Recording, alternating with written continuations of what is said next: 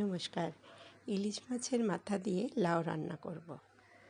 তার জন্য একটা মাঝারি সাইজের লাউ নিয়ে নিয়েছি। সেটাকে 4 টুকরো করে কেটে আগে খোসাটা ছাড়িয়ে নিচ্ছি, তারপরে ধুয়ে নেব।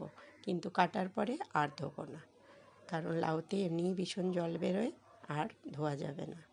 আর যতটা সম্ভব মিহি করে কাটছি লাউটা, যাতে রান্নাটা ভালো হয়। যতটা সম্ভব এইভাবেই কাটবেন। আর সর্ষের তেল দিয়ে কড়াতে মাছ নুন হলুদ মাখিয়ে মাথাটা ভেজে নিলাম। আর ওই তেলই শুকনো লঙ্কা, 5 ফোড়ন, কাঁচা লঙ্কা আর তেজপাতা দিয়ে ফোড়ন দিলাম। ফোড়নটা সুন্দর গন্ধ বেরোচ্ছে, এবারে লাউটা অ্যাড করে দিলাম। লাউ নেড়ে চেড়ে এর মধ্যে মশলা বলতে বিশেষ কিছুই না, নুন হলুদ, এই হলুদ অ্যাড করলাম।